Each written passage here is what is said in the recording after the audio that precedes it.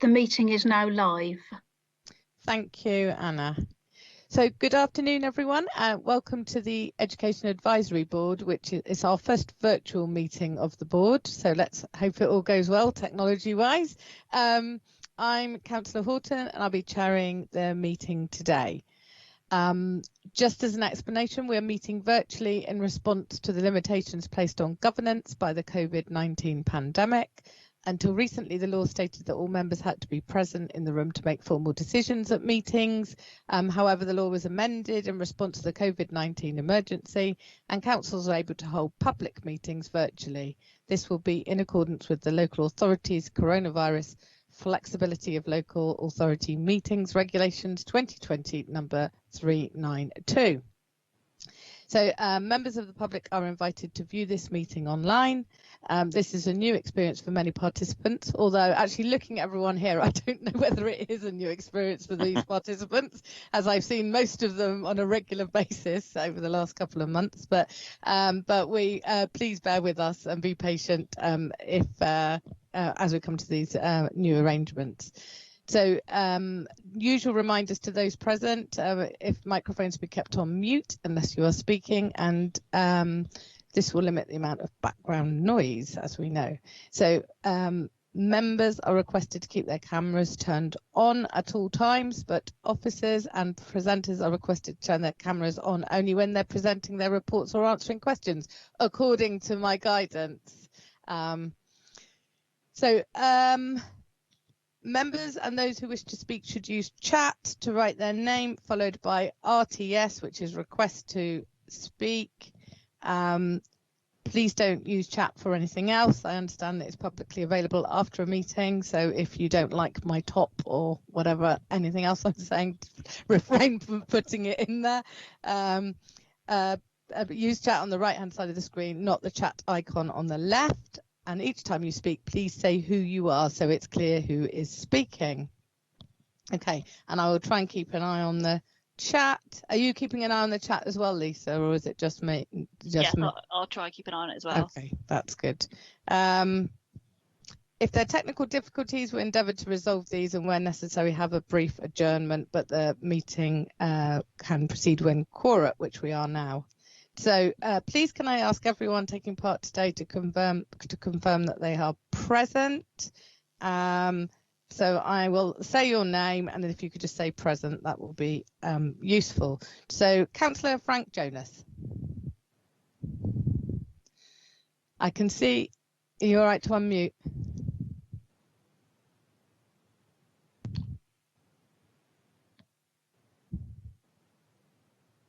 I thought I heard you for a moment.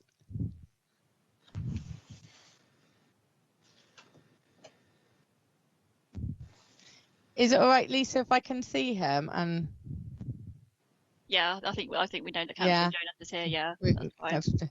Mind you, if he wants to speak later, we need to work out how to do the mute and unmute. Councillor Terry Norton. Yes, thank you, Suzanne. Present. Councillor Jeanette Smith. Present. Councillor Judith Smythe.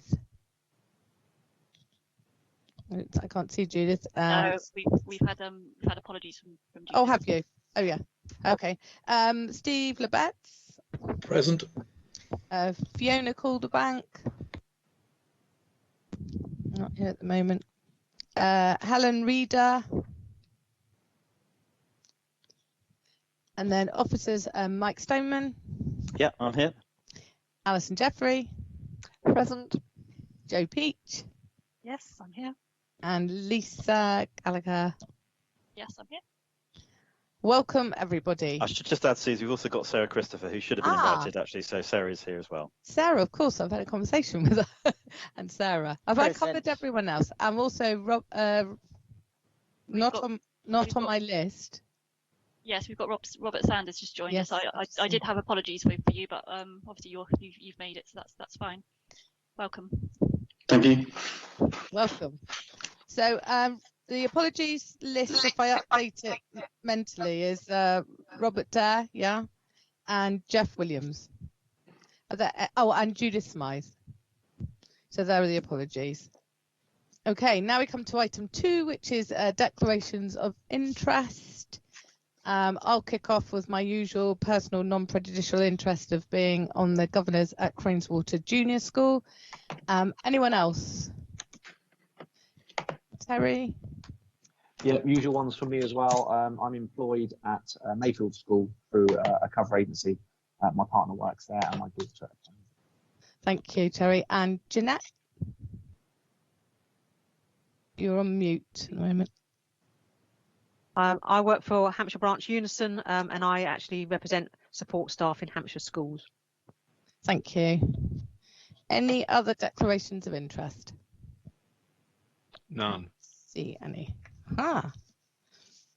Okay, so now item 3, which is the minutes of the previous meeting held on the 4th of February, which seems a very long time ago now. I think that Frank was there and Terry was there at that one. Do you think that, if you can remember that far back, do you think that's a correct record of the meeting held on the 4th of February? Yes, indeed. I think the other elected member was Councillor Coles. So Yeah, he was. I agree. Thank you very much. So I'll now approve the minutes as correct record unless anyone has any objections. Anyone else? Okay, that's good. The minutes are approved.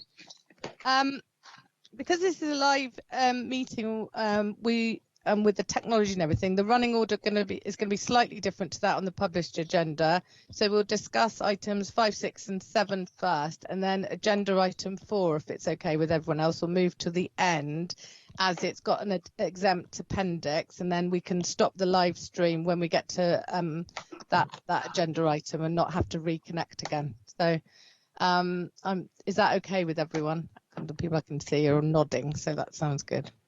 Okay, so the next agenda item then will be the returning to school summary of local arrangements and updates from the working group and work streams, and I think Mike's going to present this report. Just unmute myself. I'll be presenting this. There's a little bit of an echo. Is that because people are not muted? That's better, I think. Yeah. Okay. And although I'll be presenting this report, I may just turn to a few colleagues, Sarah and Joe, for certain aspects of the report. But yeah, I'll take you through the report. So just bring it up on my screen. Yeah. So, as Susie just said, the purpose of this report is just to update members on the actions that the Council have taken, together with our partners, to support children and young people in school since the lockdown kicked in on the 23rd of March, and also the increasing numbers of pupils that have gone into our schools since the 1st of June, when we had a partial reopening. Bit of background, I think, just to begin with. So you'll be aware of the fact that schools were closed from the 23rd of March. Having said that, they've never really been closed because, of course, there was a requirement for schools still to stay open for children of key workers and also our vulnerable learners. And whilst numbers were very low to begin with, so we just had about 300 children per day to begin with, that rose gradually during the course of March and into May to approximately 1,100 per day. Since the beginning of June, the government guidance was that we had to admit children in certain year groups. That was year reception, year 1 and year 6, and there was in fact increasing demand also for places for key worker children. So the numbers have gone up steadily since then. And then from the 15th of June, members I guess will be aware that secondary schools have also begun to provide some face-to-face support for pupils from year 10, and although they've only been allowed no more than 25% of that cohort in at any one time, we know that the numbers are being very strong, with in the order of sort of 85 to 95% of year 10s coming back over the course of that period. So by the end of June, we had approximately 5,500 children in school each day, which represents about 25% of the total school population. And since this report was written, numbers have risen steadily again, and in fact getting up to about 7,000 in school each day, which is getting it towards 30% of the school population. And that's pretty much where we are at the moment. In fact, we just saw a dip this week. So I don't think it's going to increase any further than that. But I think the message here is, of course, is that the majority of children in the city have not been in school. By the end of July, will have spent over 4 months out of school. Of course, that's not to say they're not getting education, because all of our schools have been working really hard to support home education through a variety of methods, and that's included quite a lot of online support. And we've been doing a lot of work, as you'll hear later on, around how we can support that through our digital learning strategy. So that's a bit of background. Now, what I really want to take you through is the local arrangements we've put in place to support schools. So as soon as we were aware that there was going to be this closure or partial closure, we've worked through partners in the Portsmouth Education Partnership to put in a range of arrangements. And I'll just run through some of those, then I'll go into the actual structures we put in place. So in section 4.2, we've sort of given a summary of those immediate actions that we put in place. We set up some dedicated pages on the PEP website, which schools and partners can access a range of information, and that's been really helpful. We've also put in place early on weekly meetings with head teachers, and because of the number of primary schools, we divided that into 3 separate meetings, North, Central and South, as well as meetings with our secondary schools, and then a separate meeting with our special schools. And that stayed like that for some time, and then we moved to, rather than having it once a week, in recent weeks, we've moved to once every 2 weeks. But head teachers have found those meetings, I know, really helpful, as we have as a local authority. In addition to the meetings with head teachers, we've had bi-weekly meetings, as in a meeting every 2 weeks with the CEOs of multi-academy trusts, of which we have 11 trusts in the city, although we also invited Delta, which will soon be taking on the Harbour School. And we've had half-termly meetings with our LA maintained schools, and in fact we stepped that up, so they were rather more regular in recent weeks because of the arrangements we're having to put in place for September. We've also put quite a lot of resource in terms of dedicated comms, and that includes a daily communication from Alison Jeffrey to all our heads and MAT leads. We have the weekly PEP bulletin, which basically consolidates a lot of that information that goes out every day to head teachers, as well as the dedicated pages on the PEP website, which I've just mentioned earlier. Of real importance, we've put in place a system of tracking and monitoring vulnerable children and young people who are not at school, and we've established a number of LA Link coordinators for every school in the city, and that was, I think, over 20 LA Link coordinators, and that system has worked really well. Again, great feedback from heads. So we've been able to keep an eye on those pupils that we're most concerned about who are not at school, and making sure they are getting support, or indeed the families as well are getting support. And allied to that, we set up a children's hub, which provides additional support and resources, signposting for those families that need it the most. So that was put in place and is still running. And we've also put in some revised arrangements for school meals for those schools who are part of the citywide catering contract with Caterlink, of which is the majority in schools, to make sure that we had provision in place for those that are in school, and they tended to be cold lunches, although there were some examples of hot meals, and also provision of food parcels for those that were out of school, who were entitled to a free school meal. Whilst we had those food parcels in initially, that was rather taken over by the National Voucher Scheme, which came into force later on. And now most schools are using that scheme. And of course, the good news is that scheme will continue over the summer for eligible children. The core, in addition to all of that, we then set up a structure which included a core return to school working group, which I chair, which meets once every 2 weeks with a broad range of representatives from across the city. And that group was charged with having oversight of the return to school plan, which is included at Appendix 1. And then reporting into that group, we set up 6 work streams which were focusing on those key priorities that we identified early on, which we felt were going to be of most benefit in supporting our schools and partners. So that included an infection control and health and safety group, which is led by Helen Atkinson, our interim director of public health, a safeguarding group with a focus on vulnerable children and young people, which is led by Julia Catherine, head of inclusion, an emotional health and wellbeing group, which is led by Sarah Christopher, who is here today. We also had a curriculum, home and digital learning group, and that was led by Alison Bradley, who is seconded from Ofsted with us and is still with us until next week. And she has been leading that piece of work, and we'll talk about that later. And then we also had 2 work streams that focused on transition. So the first was around nursery going to reception and year 2 into year 3, and that was led by Ella Harbert, who is one of our specialist advisory teachers. And then we had another transition work stream which focused on year 6 to year 7 and year 11 into post 16, and that was led by Amanda Percy, our post 16 commissioning manager. So those are the 6 work streams. And working alongside that, we've also had quite a lot of work around comms, of course, and then some discrete pieces of work, including work on home to school transport. In section 5, and I'm not going to go through all of the detail because there's a lot here, and it's also in appendix 1, but I'll just briefly run through this is section 5 to I think section 8 or 9, the work of those work streams. So just beginning with section 5, the infection control and health and safety group. This has been a really important group and really a well-respected group in terms of the information, the guidance that we've been able to produce, which has responded to issues which schools have flagged with us. It's helped schools with their risk assessments that they've had to do prior to the partial reopening of schools, but also now, of course, to the reopening of schools and to all pupils in September. It's covered issues around PPE, for example, some of the practical applications of bubbles or pods, some schools refer them to, and the steps you need to take in the event of a suspected or confirmed case of COVID-19, and we've produced flowcharts to support that work.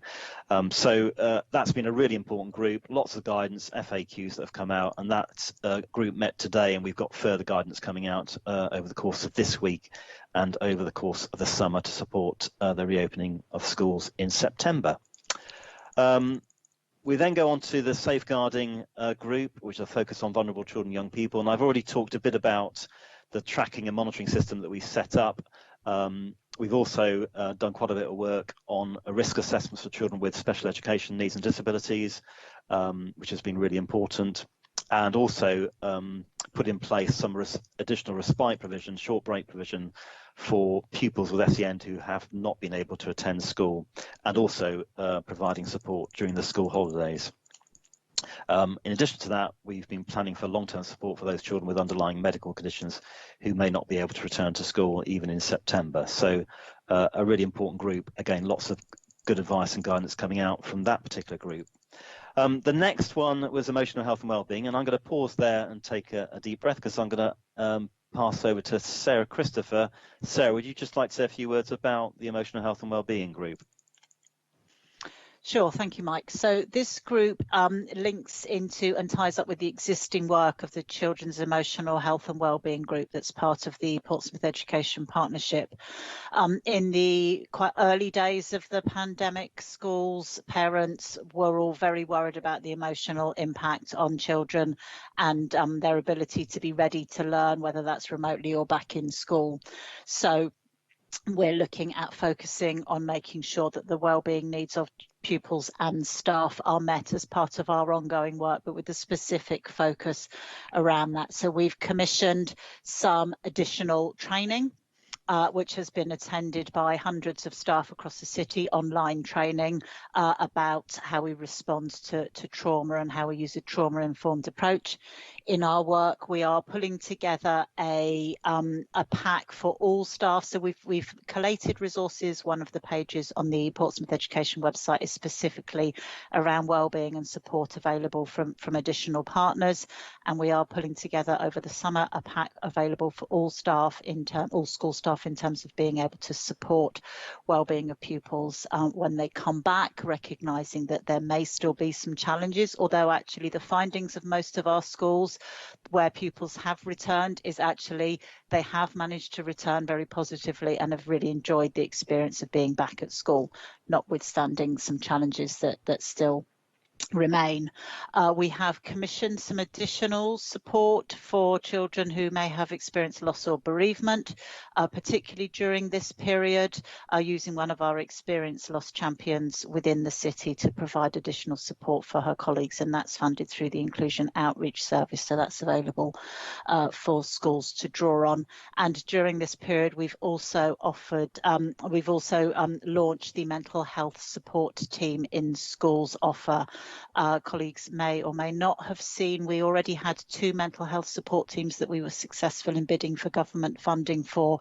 During this period, we found out we were actually successful in a 3rd team, which means we will have full coverage across the city of this additional resource in schools, and they'll be working with schools on a whole school approach to wellbeing, as well as providing support for individual children and young people.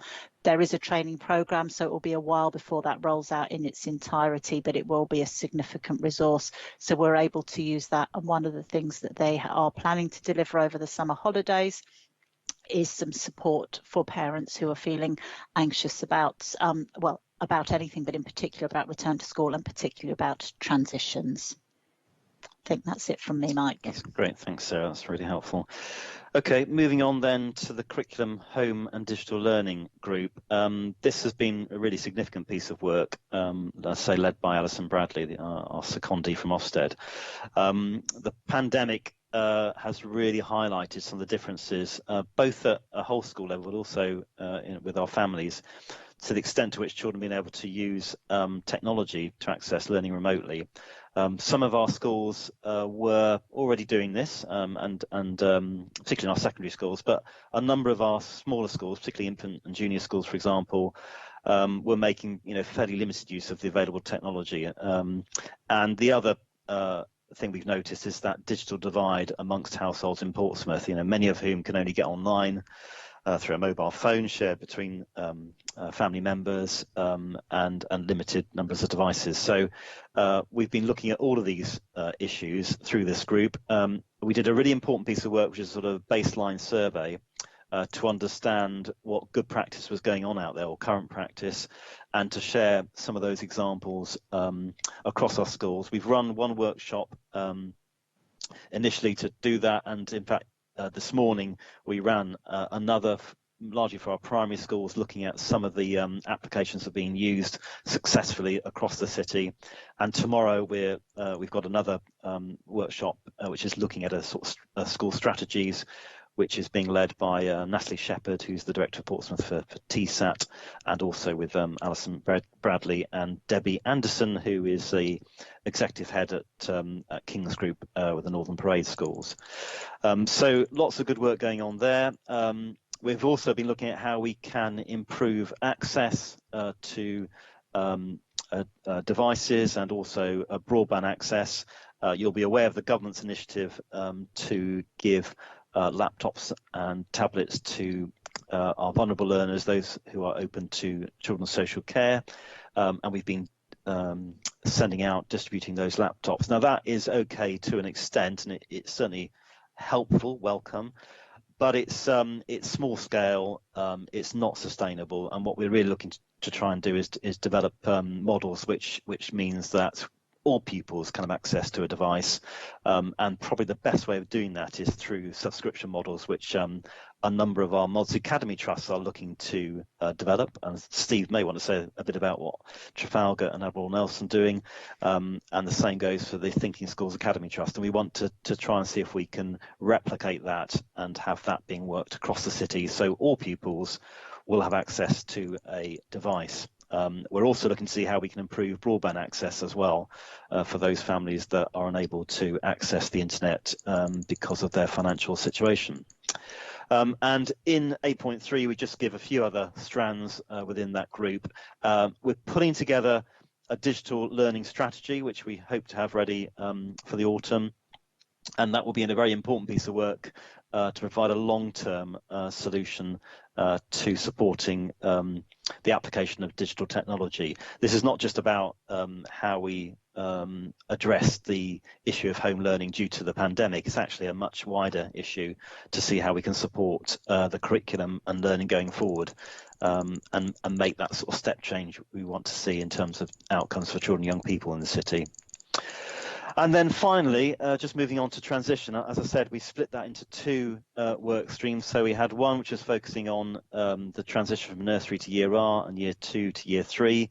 And we've been working on a range of guidance documents, transition toolkits to support that. And in the other transition, which is year 6 to year 7 to year 11 to year 12, we've been working with our schools to populate agreed transition spreadsheets so all schools can see what's going on, as well as a range of guidance documents. And in year 11 to year 12, we've had a very innovative program called Flying Start, which is providing resources to year 11 pupils to support their learning and to support their transition to post-16. That kicked off with some generic information, but then led to some very specific subject information from the colleges to support that transition.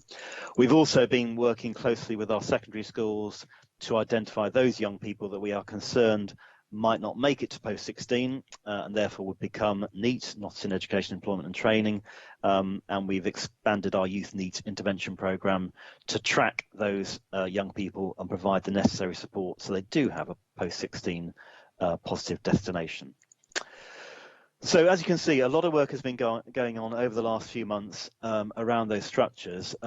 In terms of next steps, you'll now be aware obviously of the government's intention that all pupils in all year groups will be coming back in September.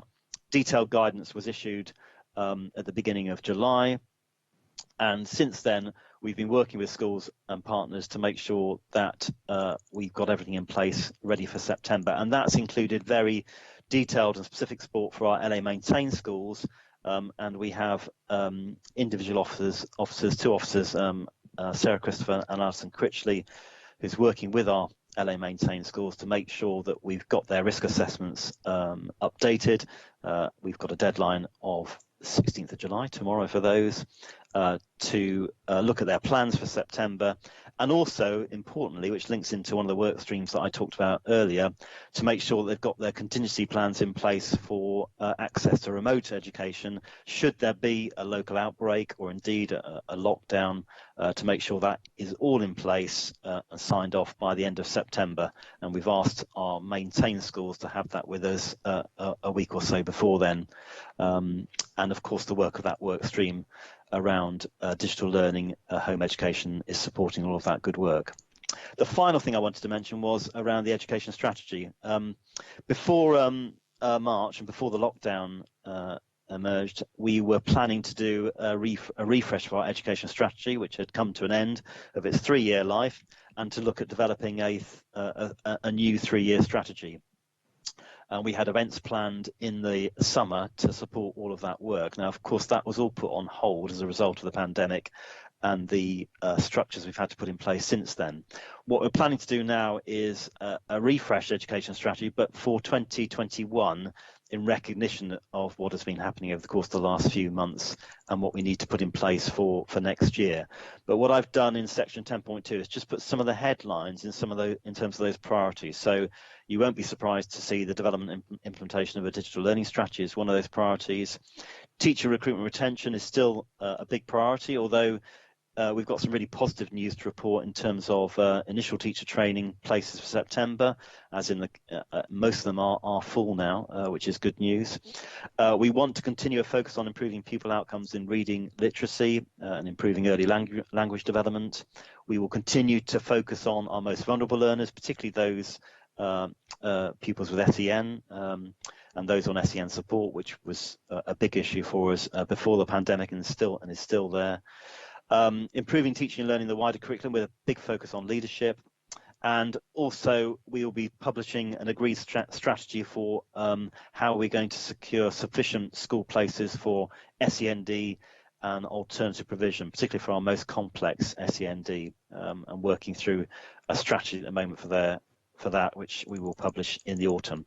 So those are just some of the sort of headline priorities, but we will have that strategy ready by the end of the summer, and we'll come back to you in the autumn to report on that refreshed strategy. So I think that's probably it. That was quite a run through. I hope that was helpful. Happy to take any questions. I was going to say, Mike, if someone had said to you, you will be doing this in the next few months, a few months ago, you probably wouldn't have believed it. You couldn't have made it up. No. You couldn't have made it up. So thank you very much for that detailed report. There are a couple of people who want to speak. I just want to say a couple of things before that. One is, without going back over any of the detail, is actually to look for the positives that have come out of this. One for me is around collaboration. I mean, the collaboration between schools and multi-academy trusts, and with the council, but also other partner organisations. For example, the Hive around the school meals and other organisations has been really quite heartwarming and very, very, very useful and very effective. And the other highlight has been around the attention to vulnerable learners, never with any complacency, but it's been one of the biggest bits of positive feedback was the systems that were set up around tracking and monitoring them. And just to highlight moving forward, but also it's been the case all the way along, it's been a safety first kind of approach. So the attention, again, working with Helen Atkinson in particular, has been a really brilliant addition to the collaboration, because we're able to get really informed scientific kind of information when making these decisions, and schools were really valued that. So looking forward, the big things that seem to be talked about all the time are the digital learning and the mental health, and obviously that's been explained a lot, but they are definitely going to be high up on the agenda. But I think the most positive thing is that we genuinely do want children back in school. When it's safe enough, kids are better off in school. And what seems to have been the biggest, the stories coming out is actually how children have re-engaged with school as a place that's actually quite good to be at, and the attendance has been really good, where children, even stories of children knocking on the door trying to get in on the day that they're not allowed in, which is great news. So thank you very much, Mike, for that report. And I see that Terry has requested to speak, so I'll go over to you now, Terry. Thank you, Susie, and I'd like to shadow some of the things that you've said there, about the how well some of these situations have been handled, and it's a challenging time. I do have some questions here, however, though, Mike, if that's okay. Yeah. The first one is on the access to the provision, so key worker provision, and now children coming into school in certain year groups at certain times. Do we have any feedback from parents in terms of how easy that's been to access? Do parents feel well communicated with, and is there uniformity across the city? I think what I'm trying to get at is, are some schools being very open and welcoming, and others, asking parents to jump through hoops to register, on certain days, etc. And I appreciate that schools, have to know who's coming in and want to be prepared for that. But I'd hate to think that, one set of parents would find it very, very difficult due to numerous forms, etc., things like that. No, I think that Alison, Jeffrey may want to come in as well on this, but I think the message is that in terms of schools wanting to be accessible and to support key worker children, I think that has been fairly uniform, actually, in terms of the desire to want to provide those places for those pupils. Where there is variability is often due to the particular circumstances of a school. So it might well be, for example, a school may have an issue in terms of staffing capacity, where a number of the teachers have been in a shielded situation, for example, and therefore cannot come into school, or they've got some space constraints, and therefore they're struggling to provide all of the places that the demand is necessitating. So it will vary from one school to another in terms of space and capacity. So there have been some cases where, for example, not all the key worker children have been able to get into that school who wanted a place, because of issues around space and capacity. But by and large, schools have done everything they possibly can to admit all those eligible children, whether they're key worker children, vulnerable learners, or children in those particular year groups which the government wanted to target after the 1st of June and 15th of June in terms of secondary schools. I think that's fair to say, isn't it, Alison, in terms of that commitment from schools? I think it is, and if I can come in, it was interesting. At the beginning, we had a handful of parents who contacted us with difficulties, but we were able to help them resolve those. And actually, I've had very, very few complaints or issues brought to my attention. Now, that may be because people just haven't actually taken that approach, you know, and they may still be discontented. I'm not complacent, but I think we would have heard more if there'd been a really high level of discontent, and there doesn't seem to be. I think, you know, you're right, some schools take different approaches, because obviously school autonomy has been a national policy for a very long time, and there wasn't any way we could ask schools to do exactly the same, and some have asked for forms to be completed or days to be registered, but I've not got a sense that that's been a barrier to people getting access to the school provision. And I'd really like, if I may, to take this opportunity to say how fantastic I think our schools have been, how resilient they've been on the front line from the very beginning of this pandemic, providing for and caring for and educating children of key workers and vulnerable children, and being really, really keen to learn from each other and to, you know, share problems and successes. And so I think they've done a fantastic job. And I put request to speak up just because we're here to answer your questions and absolutely want to answer your questions. That's why we're here. But I also would really like to say just how hard my colleagues have worked over this period, the long hours which Mike and Joe and Sarah and Alison Critchley and many, many others, Julia Catherine, have put in over the course of this pandemic has been extraordinary, and I really would like to pay that tribute to them as well. Thank you.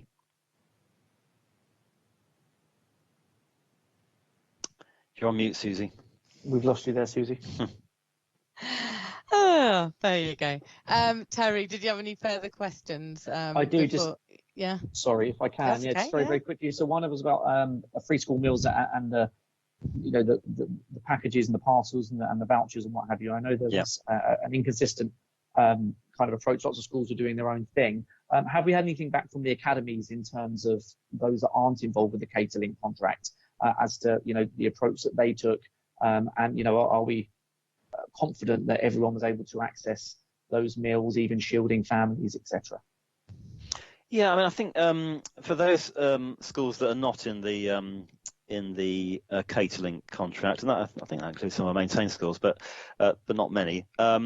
Yes, they've all basically delivered either obviously meals in-house where they've got pupils, or they've made sure that those eligible families, children, have been able to access free school meals either through the voucher scheme or early on, as I say, through food parcels. And they've done that through a variety of methods. One, you know, parents coming in to collect those food parcels, or in some cases, you know, we've had a number of schools who've actually gone out and delivered those food parcels. So yeah, it's been a big effort from schools to make sure that all those who are eligible and who want a free school meal are able to access that, and they've really pulled out the stops for that. Yeah. But I couldn't make. I don't think I could make a distinction between academies or maintained schools on that front. No. Great. Good. And then the next one for me, if that's okay, is just about the home learning. I know that St Edmunds, for instance, had a fantastic rate. You know, it's like 95% of their students logged on and accessed the work there. Is that consistent across the city? Were there any areas that we feel that there were significant issues? I think it's fair to say variability is the name of the game here, and the baseline survey, which I'm very happy to share with you, by the way, and perhaps I should have actually used that as an appendix in the report, so maybe that's something we can circulate later. That that really confirms that variability across our schools. So St Edmunds, yeah, outstanding example in terms of the numbers that participated in online learning and the way they gave feedback as well, and those live lessons. But in other schools, particularly those which are smaller with not that kind of resource, some of our small infant schools, junior schools, for example, in some cases, you could say it's quite a basic sort of method of home learning with work packages which parents could come and pick up or could be delivered, and not an awful lot of use of digital technology to support that, with a limited amount of interaction between teachers and parents. That's at one end of the scale, but then some outstanding examples at the other end, and St Edmunds being one of those. So yeah, variability, and what we want to see now going forward is some consistency and to really share that good practice, and for those schools that have been struggling to provide that support, and by the way, they are very open and welcome to that support. So the session we had this morning, for example, which was focusing on primary schools, really strong attendance, and we know we've got really good attendance tomorrow at the strategy workshop for digital learning. So we're really encouraged by that, and I think there's a real appetite to make sure we've got really strong plans in place by the end of September. And one more, if I may, Susie, if that's okay. Yes, no, carry on. I know that we mentioned that some schools very early on had difficulties opening because staff that were shielding, etc. And there was some inconsistencies, I think, from the unions who were quite early on asking staff not to go back into work, etc. Did any schools express issues with trying to get staff in that weren't shielding, either refusing or following union guidance? I mean, I know there were a few issues which we had to field and which HR got involved in, but there weren't many. I mean, there was a few issues which I'm aware of, but again, by and large, schools have been able to cope with the demand that they've had. They've been able to use the teaching resource effectively, and many were doing a kind of a rota system with teachers, so teachers coming into school to teach, others doing supporting home learning from their home, and it's worked reasonably well, and I don't know of many schools that haven't been able to cope with that demand. I don't think we're aware of any schools where children have not been able to attend school because teachers have refused to come in and teach. Great, no. Thank you. Yeah, that's fantastic. Okay. Thank you very much. Thank you. Alison, did you want to speak and say your bit? So you've done that. So we go. I actually did that already, so that's you fine. shoehorn that in. That's good. So I'll come to Rob now. Okay, Rob. Hi, thank you. A couple of points I wanted to raise, sort of linked to what people have mentioned already, but a couple of things I wanted to ask. One is, Alison, you mentioned about the terrific work schools have been doing, and also the team at the local authority. But I wondered whether there was any plans to recognise the work of school staff and school leaders during this time, which has been, tremendously difficult and challenging, and whether something has already been done or written to schools or what have you. But is there some way in which that can be acknowledged? So that was my first question. And my second question was about staff and families who are nervous perhaps about returning to school in September. I know you've said schools have coped very well in terms of staffing provision and so on, but come September, when all students are meant to be back at school, there potentially could be some staffing issues there. And also I wondered about what the local authority's attitude was regarding unauthorised absences and how that's going to be managed, because heads could find themselves in some very tricky positions having to decide whether or not somebody's authorised or not in terms of being absent from school, because you're going to have a range of different attitudes from parents around continuing anxieties about health issues and so on. So I wondered what the sort of attitude was towards absences come September, and what support will be available for heads in making those sorts of decisions. Okay, shall I take those three first and then see if others can add? Fine. So the first one, in terms of recognition, yes, there will be a letter going to all schools from the leader of the council and from Susie to thank them for their efforts this week as an end of term letter. I hope that's not betraying confidentiality to say that's happening, because we sorted that out today. And then secondly, on teacher availability, in terms of local authority maintained schools where we are the employer, the city council's HR advisors will be working with schools to make sure that the right thing is done by every member of staff, as it were. If we have very vulnerable, extremely vulnerable staff, then discussions need to be had about how they are deployed, and our duty of care as an employer comes in, and we will get involved in those discussions. But we're not anticipating a great rash of difficult staff work around this. Obviously with the academies, given that the academy chains are the employers, that will be their responsibility. And on attendance, the indications are that schools in Portsmouth are going to be trying to focus on an encouraging, welcoming back, positive approach. School is the right place for children to be at. We need to reassure parents. We need to give them a really, really positive message about being in school, rather than going immediately to a sort of sanctions approach. But I think that will need to be kept under review, and they, at the moment, are advice to members has been, and I think this is where Susie is too, that we need to keep this under close review and work very closely with schools on this. We will not be insisting on sanctions where schools don't believe that's the appropriate thing to do with a family. Have I got that wrong? No, that's spot on. And our school attendance campaign, which is Miss School Miss Out, we're putting a bit of a pause on that. So we're focusing now on a welcoming back theme. I think we'll return to that school attendance campaign in after the October half term, and talking to heads. I think that's when things will probably change, but certainly for that first half term in the autumn, it's exactly as Alison's described, and that's what our heads have been telling us over the last few weeks. Yeah, absolutely. I think it's about the relationships building, and also schools were very, very keen to tell us that they obviously know their communities well, and there's no doubt about the fact that they want all kids back in. That's very clear. It's just that it's about dealing with where people are in terms of getting them back in.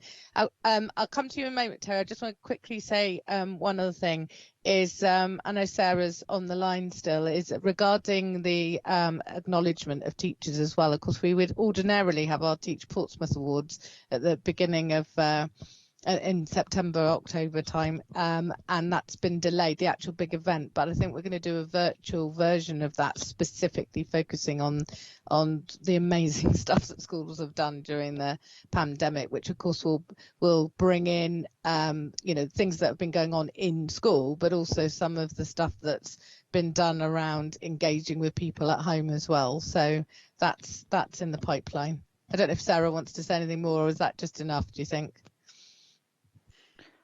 Happy to just briefly add, we are absolutely encouraging schools at the moment to send in the stuff that records what they're doing at the moment. The Teach Portsmouth Awards will go ahead in March, but we are looking to offer the Long Service Awards. They will be presented earlier than that. But yes, we're recognising what's going on now. Thank you. Terry, you had a question about, was it about attendance? No, just to pick up on Robert's point really, and say that obviously at the council there are two motions next week. One that is thanking various groups across the city, and I don't think that one includes teaching staff, but I think it could be amended to include that, and I think that would be important.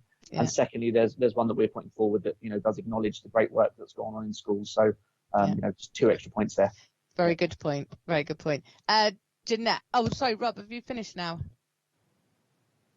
I was just going to follow up one just very quick question, because if I was still in headship, I'd probably be quite concerned about attendance data and how Ofsted are going to use that for inspections when they resume and so on. Have you had any communication from them on that sort of thing? Because obviously attendance is used as quite an important statistic in inspections. So what sort of attitudes they're going to take towards autumn term attendance, for example? Because I totally agree with you that it should be a positive encouragement back to school and so on, but at some point schools are held to account for their attendance data, and therefore you're going to be concerned about that as a school head. So that was where my question was kind of being led from, really, in terms of support for them in terms of deciding how long they can leave non-attendance before it's addressed more robustly than, come on, you should be back in school. At what point does that become a bit of an issue? Do you want me to come in on that, or Alex? I mean, just to say on Ofsted, you'll probably be aware that the inspections are not going to be resumed until January 2021, and Ofsted are going to be conducting some visits over the course of the autumn term, which I think will be, effectively collating a bit of intelligence really about how schools are responding, adapting to the changes. And certainly from the conversations we've had, I don't get any sense that they're going to be looking too hard at attendance data from the autumn term and making any judgments about that. But I guess you'd have to ask Ofsted really directly about that. But I've not heard anything that would be contrary to that. That's much I can say. Alison, do you want to add to that? But and we've had the benefit of obviously Ofsted secondee working with us, and that's been helpful. And again, I think she's got a pretty clear understanding about what's been going on, and I've heard nothing from her to suggest that Ofsted would be homing in on this in terms of that first part of the term. No, I mean my understanding is that these visits by Ofsted will be fact-finding and exploratory rather than highly judgmental. And let us hope that is the case. Yeah. Okay. Jeanette? Yeah, thank you. Obviously, I echo everything that people have been saying about the hard work of all the officers and schools. And the collaboration has been second to none, really. I do have two questions. One is about, and forgive me, I'm new to the group, so if this has been covered before, please forgive me. Summer schools, is there any summer schools or summer schemes happening within schools, which is really difficult because all staff have worked so hard already. They actually do need a break from the summer. And also, what's the planning for a second wave? And people are talking about November, December. How does everything that's happened so far feed into a second wave plan, really? Yeah, good questions. Who, Mike? Do you want to do this? I can pick up on I can pick on both, and Alison might want to say a few words about particularly the second issue. On the summer school side, I mean, some schools will be offering some summer provision, as they do every year, and there are some which are particularly good at that. So, Art Dickens, for example, quite a strong program there, and other schools doing some of that. But it is quite limited, and most schools are shut and taking that break. On top of that, we are also providing a bit of provision, working with some of our partners, such as the Portsmouth Schools Sports Partnership, Madeline Campbell, Pompey in the Community, and also something called Connect 4 Summer, which is a nationally funded scheme we're running jointly with Hampshire. And those are summer provision schemes taking across from the city, particularly in some of our most deprived areas. And we've made schools aware of all of those schemes in our daily comms. And in fact, Alison Critchley has been updating a table of all of those schemes, and we send that out pretty much on a weekly basis, so they've got that information. I mean, Sarah's on the line, which is helpful because Sarah's been helping to support some of this work. Sarah, do you want to just say a few more words about the work of the sports partnership? The School Sports Partnership are providing some key worker places in the north, the centre and the south of the provision for their normal place scheme. They're at quite a reduced rate, but those are paid for places. In addition to that, we have commissioned them to provide a number of places for vulnerable families, and that will be at no charge to the family. So schools have identified people that they thought would benefit for that, and there'll be 425 days of provision that those children will get to give them and their families a break. Also, in terms of the enableability respite provision, that is normally available for children with severe and complex special educational needs, but families do pay for that. What we've done this year is, again, we've increased the offer. Families won't have to pay for it. It does mean that there won't be full-time provision for many of them, but there will be provision available, and we've also extended that out. So some children with special needs who are in mainstream schools will at least get a couple of days, again, of fully funded provision to give them access to that support and to give their families some respite. Yeah, thanks, Sarah. I'm glad you mentioned about the respite provision as well. Yeah, which again is in that table. Which I'm we can share. still working on it now. Yeah, thank you. So, and the second question was around preparing for the second wave. Yeah, well, obviously the infection control group, which we've established, which Helen Atkinson chairs, is very much about preparing for next term and a potential second wave or local outbreaks. And in fact, there's quite a lot of guidance going out shortly to support schools with this. So we've just been talking about some information sheets we're going to send out. There's a flow chart, which is a really helpful flow chart, which we're going to laminate and give to schools. And of course, we've been giving guidance to schools about how they set up their arrangements for next term in their bubbles, in their year groups and so forth, and what they need to do if there is a suspected case or indeed a positive case. So a lot of work is going into that, and that will continue because that group will continue into next term, led by Helen. I don't know. That's a very brief summary. Alison, do you want to say anything more on that? Well, I suppose one of the reasons that we're leaning so hard, strongly into a digital learning strategy is so that we are equipped really well if we do have a second lockdown. Yeah. So this is obviously a responsibility of schools, but for local authority schools, we have absolutely set an expectation that they should all be part of a support program, which we're going to be jointly doing with the DFE by signing up to the EdTech demonstrator program that the DFE runs and organising a support group for all schools. And as I say, local authority maintained schools are all expected to be part of that. And the academies are also doing lots of things. In fact, they're often further ahead, and all the multi-academy trusts are supporting their schools in getting ahead on this, because it is absolutely crucial that if this happens again, we are in a really strong position to use the many tools that are out there to keep that dialogue between children and teachers going, and to really provide the best possible education. I mean, we really hope that we won't get there. As Mike says, the work of the infection prevention group is important, and we give schools weekly information, as it's updated weekly on the PCC website about infection levels, and some of the arrangements that they've set up are designed to be able to tighten the provisions if the infection rate starts to go up across the city. So, having been in bubbles of the year groups, then we'll be able to go down to bubbles of classes and things like that to try and respond to the evolving picture as best we can. Yeah, it's an excellent answer. Thank you. Thank you Thank both. You. Yeah, thanks, Alison. Thanks, Mike. And I think just to reiterate what I said before, I think the fact that we're in this situation where everyone's been working so closely puts us in a really good position for moving forward with those things. The exchange of information and mutual support is quite amazing. So that's great. Okay, thank you. That was very, very long and detailed discussion, but very worthwhile, and it's really nice to be able to see to share everything that's been going on.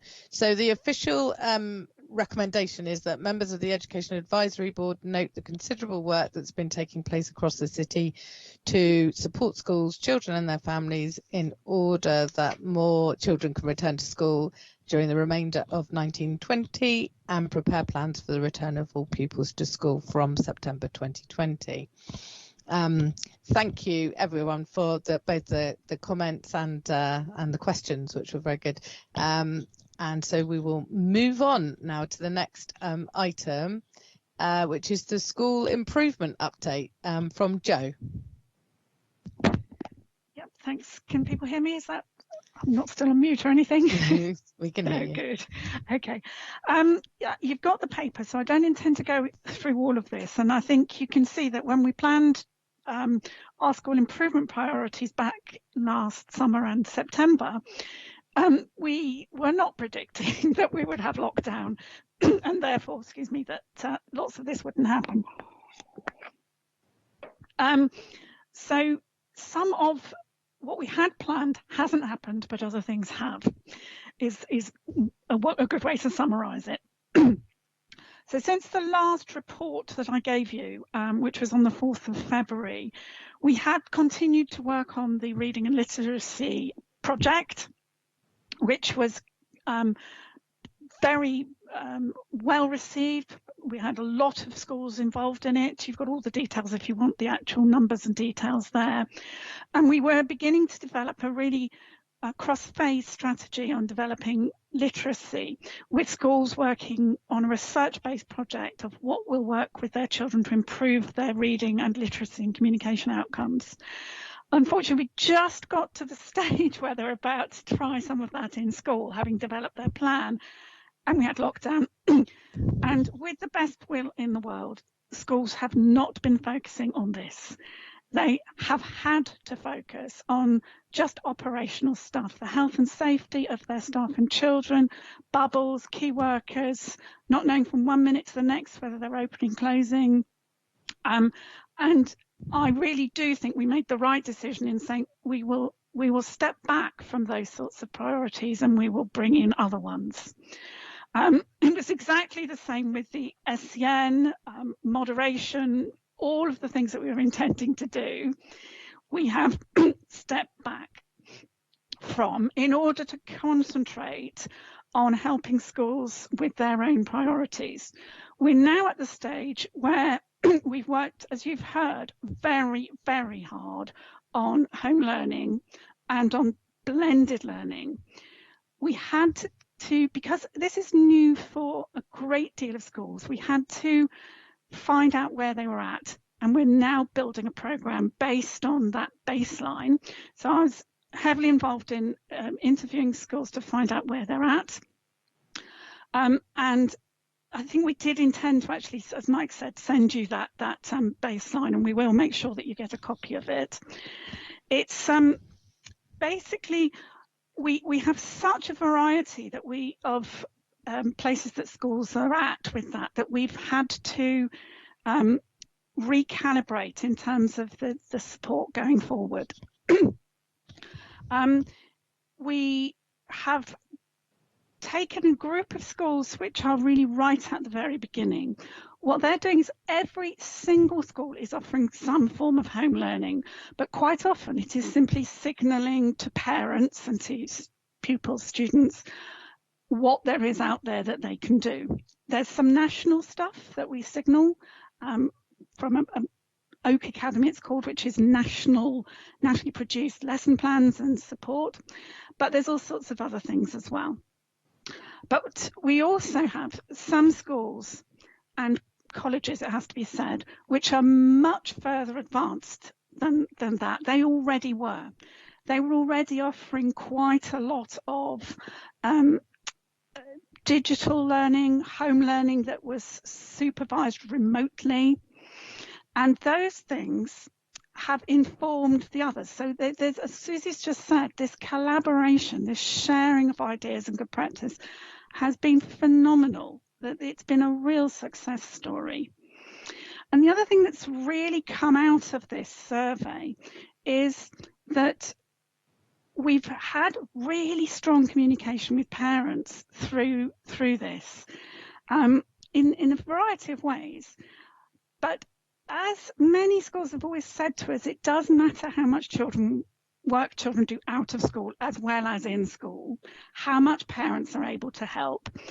I think parents have, the feedback they've been giving schools has been really strong, that they valued that dialogue. Every school has rung and communicated digitally with every child.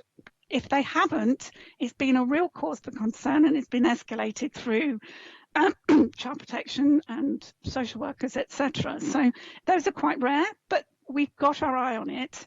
And I think other parents, we've had parents say, oh, now I know how to teach my child how to read because I've seen the materials you use, you've helped me. We've had parents saying, oh, I've learned all sorts about maths and history and music. I want also to pay tribute to the way schools have kept their communities going, their virtual communities. They've been fantastic at doing dance competitions, sports days, music, concerts, astonishing things going on to try and bring those communities together. And again, I think parents have really valued that. They've seen another side of the inside of a school. And I think that's something we need to build on. I think that's something that we mustn't lose as a result of what we've done since lockdown. Some schools are really very long way down the line in terms of delivering lessons live, which means that someone in school teaches a lesson and it's beamed out to anybody who isn't in school. Others, for assorted reasons, have found that quite difficult. And I think one of the key things we have come up against is this problem with access to internet, which is variable, but also access to a suitable device. We've got very, very few children who have no access to anything, not even a phone, smartphone. But it isn't enough. A smartphone is not enough if you're going to be maybe doing some online work, getting things marked, trying to watch something. And there is, I think, quite understandably, a worry that very young children shouldn't be spending too long on a screen. And so teachers have been massively creative, sending them out to the beach, getting them to do some shopping, making them record a bedtime story. And teachers have been doing that too, modelling it.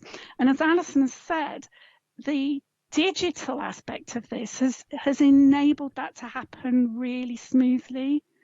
There are platforms and ways of doing that, which do take quite a lot of learning by teachers, less so by pupils and their parents. Not sure whether they're just better at it or actually I think that end is easier for them. So I think we've been really impressed with how quickly teachers have got on board with learning new techniques. And schools that had already done quite a lot. So there's something called Google Classroom and assorted other things, which are like technical ways that teachers can communicate with children and parents. If they already had those systems in place, and that was almost all our secondaries had something like that, and all our FE, it's worked superbly. Where it's been more difficult is where that wasn't in place. Okay, so you have to understand people really have moved from where they were, but they weren't all at the same place, at the same starting point. So that's obviously been a big part of our work. In terms of other things that we've been doing, there's quite a lot going on in the background, preparing schools for how, when children come back, what's the curriculum going to look like? Which bits are the most important things that they still need to do that they may have missed or forgotten? And which bits are we going to have to accept they're going to have to do at home on their own, maybe with someone else, because we cannot make up the month that they've missed in its entirety. What we need now to do is slim that down, be really, really focused on which things matter most and how to teach them really very well indeed, quickly. So we've done quite a lot of work on planning the curriculum and planning forwards into next year. Again, I think schools have been phenomenally creative in how they've approached this. It is really still very, very difficult because we don't know what we're aiming at the end of 2021. We don't quite know what the assessment systems will look like, what children will have to do, or even earlier than that. We're finding out as we go, so we don't quite know what we're preparing them for. It looks like GCSEs will be slimmed down in terms of there won't be the same practical application of what they've been. So there'll be, for just to take one subject, modern languages, there won't be any oral exams.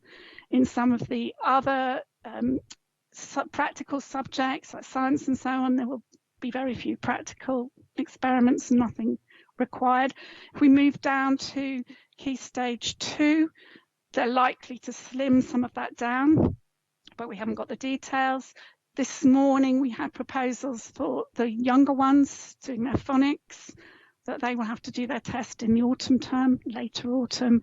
All these things, though, are movable feasts, and we don't know exactly. So if you're a teacher planning to teach phonics, you don't know when you're going to get what date it is the child is going to be tested even. So to plan your curriculum is actually quite hard, and you can't imagine how difficult this has been for teachers and leaders, and they have absolutely stepped up to the plate. They are really tired, but they've worked really hard. So those are the kind of main things. We obviously have done other things behind the scenes, on assessment, on governor training, those sorts of things. I don't really think I want to take you through absolutely everything, but we have been working with our schools that needed individual support. We've been doing virtual training with them, virtual support for them. We haven't been in schools, but we've been in virtually. And there's a whole list of those if you want to see them. We've been working with trying to plan things for next year in terms of literacy support, because that's, we think, an area that we cannot afford to lose. I do want to also pay tribute to the EMAS, Minority Ethnic Service, and the music service, who have turned themselves around. They've become digital pioneers. They're amazing, and they've managed to deliver their service virtually with huge success, doing all sorts, as I said, online concerts and translations for parents of documents about health and safety to get the children back into school. They've done an amazing job, and they're well on the way for, taking off next year as well. If in terms of the other things, I think you've got a huge list there of things that we've done. But as you probably all know, I'm also I'm retiring at the next week. And so I've done quite a lot of handover with the person who's taking over from me, which has been actually handy that she's been in on some of these groups. So she's from the city, so she knows the schools well. So that's kind of takes you through the main things. I will take questions on this in a second, but just to say that at Appendix 3, you've also got the plans for next year in outline. That may well change because, we need to talk to schools more when they're ready about what they think the priorities are as well. But that's the basics there. So I'm happy to take questions. I'm also happy to give you more detail. Thank you, Jo, for that report. And I think it's quite interesting, isn't it, when we look at school improvement? It's another one of those things where if you've been told a few months ago what you'd been reporting on, you probably wouldn't have believed it. But I think what is really positive is actually looking at the improvements that have happened. They might not be measurable in the way that we normally do it, but there have been some phenomenal ones. I was just talking to a neighbour of mine the other day, and her and her husband were talking about the curriculum because they've had to be teaching their son, and they said, I didn't realise this, I didn't realise that, and they were really impressed with the way that the school, even though he hasn't been into school, was communicating. And when he went in for his kind of handover day, he came home with a load of certificates that were related to specific bits of work, so she was able to say to him, I told you, that's why you were sitting down doing this. But there was that kind of feedback was really valued. So I think the parental improvement is really important, and obviously the digital stuff. I mean, I dialed in this morning to the session looking at all those digital platforms that are out there and being used. I absolutely echo what you're saying, that obviously where people had them in place, they presumably became the vehicle for which all the communication went through, so they were in a better position than other places. I sort of relate to this a little bit, working at the university, being forced into doing it. You certainly upskill yourself very, very quickly. So thank you for that. And just a couple of other things. One on the music. I understand that Sue Beckett was speaking at Parliament this week. Yes, indeed. So that again really you know, we're sort of leading the way on that with Portsmouth Music Hub, so that's a real positive. And just to say thank you to you, not only for the report, but actually for everything that you've done over this period of time. And it must be a very weird end of career really kind of time. Very strange. But I'm just going to come to others. Has anyone got any questions for Joe about that report? I can't see any in the chat, and I'm nodding. So. Oh, Alison wants to say something. Sorry. Oh, just to note that Joe is retiring at the end of this term, and so to place on record here, as elsewhere, we have, you know, the huge contribution that she's made to education in Portsmouth. Thank you so much, Joe. You know, you've been a pillar of support to so many schools. Yeah. Brilliant. So just for the minutes mainly, the recommendation for this item is that members of the Education Advisory Board note the improvements in 2019-20 and the impact of COVID-19 and school closures to the majority of pupils since 20th of March had on those improvement plans, and the work of the head of school improvement since March 2020 and the plans for 2020-21. Thank you, Joe. So unless anyone's any other comments, that report is noted by the board. So does anyone else want to say anything? I was Rob, have you got your hand up? Was that from before? From before? You've got your hand up. That's from before.